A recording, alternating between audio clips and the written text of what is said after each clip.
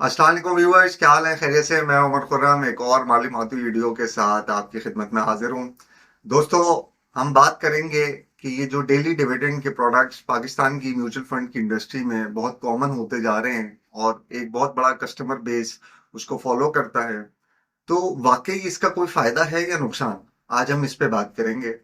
Daily dividend products versus annual dividend products.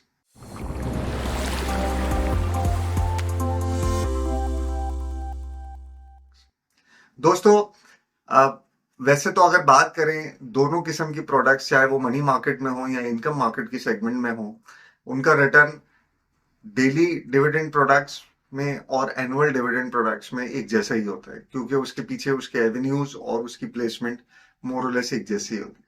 अब फर्क क्या होता है? आपकी जो डेली डिविडेंड के अंदर प्रोडक्ट है, आपने जो भी पैसे उसमें इन्वेस्ट किए हैं उस पे डेली बेसिस पे आपको डिविडेंड दिया जाएगा, और उस पे डिविडेंड पे जो विद होल्डिंग टैक्स इस वक्त 15% फाइलर्स के लिए और नॉन फाइलर्स के लिए 30% एप्लीकेबल होता है, वो काट के रिमेनिंग अमाउंट को इन्वेस्ट कर दिया जाएगा, यानी कि री इन्वेस्ट कर दिया जाएगा, जिसपे अगले दिन की प्रिंसिपल वैल्यू पे आपको मजीद डिविडेंड मिलेगा। वेयर एज अगर हम बात करें एनुअल डिविडेंड में, तो एनुअल डिविडेंड में ऐसा नहीं होता। एनुअल डिविडेंड में आपका एलिमेंट वही रहता है, बस उस पे उस दिन टैक्स नहीं कटता। अगर आपको 10 रुपए का फायदा डेली डिविडेंड में हो रहा है, तो 11 रुपए का फायदा, 11.5 रुपए का फायदा आपको मोरलेस एनुअलाइज डिविडेंड प्रोडक्ट में हो रहा होगा, जिसके पीछे आप साल के आखिर में या जब भी वो कंपनी सालाना तौर पे अपना डिविडेंड अनाउंस करेगी, तो उस वक्त 15% या 30% का टैक्स रेट एप्लीकेबल होगा, या as per income tax ordinance जो भी टैक्स रेट अप्लाई होता होगा उस साल का। ये लोगों की या आम कस्टमर्स की एक साइकी होती है, एक खुश फहमी होती है कि मेरी वैल्यू आज कितनी है, मुझे ये रोज के रोज पता चल जाएगा। इसके अलावा डेली डिविडेंड प्रोडक्ट का कोई एनुअल डिविडेंड प्रोडक्ट से फायदा नहीं होता उसके मुकाबले में। जबकि नॉन फाइलर्स के लिए मजीद नुकसान होता है कि आपका डेली बेसिस पे नॉन फाइलिंग टैक्स कटता है, यानी कि 30%। अगर आपको 10 रुपए का डिविडेंड या 10 रुपए का प्रॉफिट रोज हो रहा है, तो उस पर 30% यानी कि 3 रुपए कट के री इन्वेस्ट होगा। और सिमिलरली फाइलर्स जो होंगे उनको 1.5 रुपया कट के री इन्वेस्टमेंट हो जाएगी। जबकि एनुअल डिविडेंड के प्रोडक्ट में यही चीज साल में एक दफा होगी। अब बात कर लेते हैं और क्या है। अगर आप गेन टैक्स अप्लाई करते हैं, मिसाल के तौर पे आपने नॉर्मल एनुअल डिविडेंड प्रोडक्ट में इन्वेस्ट किया हुआ है और आप सालाना डिविडेंड तक नहीं रुकते अपने पैसों को लेके और वक्त से पहले उसको विड्रॉ कर लेते हैं डिविडेंड मिलने से पहले, तो आपको गेन टैक्स अप्लाई होगा। गेन टैक्स अगेन 10% है फाइलर के लिए और 20% है नॉन फाइलर के लिए इस वक्त इनकम टैक्स ऑर्डिनेंस के मुताबिक, जिससे आप 5 और 10% का टैक्स अपना विद होल्डिंग टैक्स के मुकाबले में सेव कर लेते हैं, अगर आप उस पैसे को सेल्फ विड्रॉ कर लेते हैं। यानी कि अगर कंपनी विद होल्डिंग टैक्स काटेगी डिविडेंड के अगेंस्ट में, तो वो 15% टैक्स काटेगी, जबकि अगर आप अपनी जरूरत से उस पैसे को खुद निकाल लेंगे तो 10% का टैक्स कटेगा।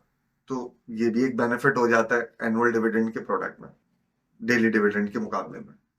और जैसे मैंने बताया कि ये कस्टमर साइकी होती है, अब मेरे पैसे आज कितने रह गए, आज कितने हैं, तो इसलिए जो एडवाइजरी सर्विसेज देने वाले रिप्रेजेंटेटिव हैं वो भी कहते हैं कि कस्टमर को रोज का रोज पता रहेगा कि मेरे पैसे कितने हैं, मुझे आज निकालने पे कितने मिलेंगे, तो कोई टैक्स कितना कटेगा क्या नहीं कटेगा बताने की जरूरत ही नहीं है, बहुत आसान हो जाए। इसको थोड़ा सा हम कैलकुलेशन बेसिस की बुनियाद पे अगर देखना चाहें तो हम इसको फॉलो करते हैं कि अगर हमने 10 लाख रुपए इन्वेस्ट किए हैं एक डिविडेंड प्रोडक्ट में, जिसमें डेली डिविडेंड मिलता है।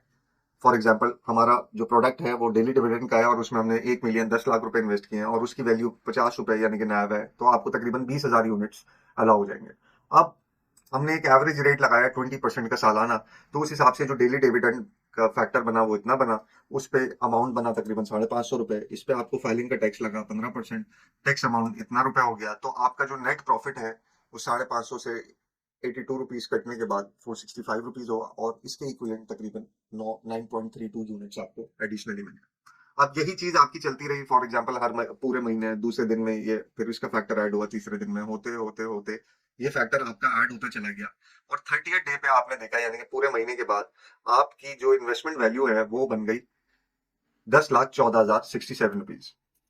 जबकि आपका जो टोटल प्रॉफिट हुआ था वो 16,500 रुपए हुआ, जिसमें आपने टैक्स दिया तकरीबन 2482 रुपए, और आपका नेट प्रॉफिट हुआ 14,067 रुपीज। तो ये आपकी एक डेली डिविडेंड प्रोडक्ट का एक हाइपोथेटिकल व्यू बनता है। इसके बरक्स अगर हम एनुअल डिविडेंड की प्रोडक्ट पे बात करें, सेम फैक्टर यूज करते हैं। हमने 10 लाख रुपए इन्वेस्ट किए, 50 रुपए की नाव है, वही 20% का हमने रेट लिया, 20,000 यूनिट्स मिले। हमने इस पे आपको डेली डिविडेंड कुछ नहीं लगाया, हमने कहा आपको डेली प्रॉफिट मिलेगा। हमने कहा आपको डेली प्रॉफिट इतना मिल रहा है, टैक्स आपको जाहिर है कुछ नहीं कटेगा क्योंकि ये डेली डिविडेंड नहीं है, और ये आपको इक्विवेलेंट यूनिट्स री इन्वेस्ट होते चले जाएंगे, होते चले जाएंगे, होते चले जाएंगे। सेम गोज जब हम 30 दिन के आखिर में खड़े हुए होंगे, तो हमारे पास जो हमारी वैल्यू होगी वो 10,16,570 रुपया होगी। ठीक है, अब हम इस पे बात कर लेते हैं कि हमारा जो टोटल प्रॉफिट है वो 16,570 रुपए है, जिसपे अगर हम विदहोल्डिंग वाली बात करें तो वो 2486 रुपए बनती है, और कैपिटल गेन टैक्स की बात करें तो वो 1657 बनता है। तो देखिए ये वो 5% का डिफरेंस है जो हमने बात की आपसे। 5% के डिफरेंस में कितना बड़ा फर्क आ गया, तकरीबन 800 रुपए का।